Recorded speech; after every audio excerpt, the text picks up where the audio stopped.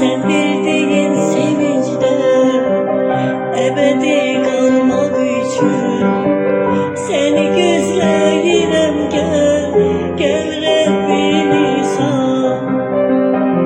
Can atıram diyara, sonsuz ümidim Allah. Seni gözlerim, gel, gel Rabbim İsa.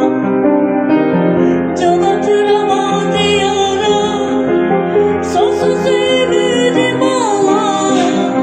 Seni gözlerim, gel, gel Rabbim İsa.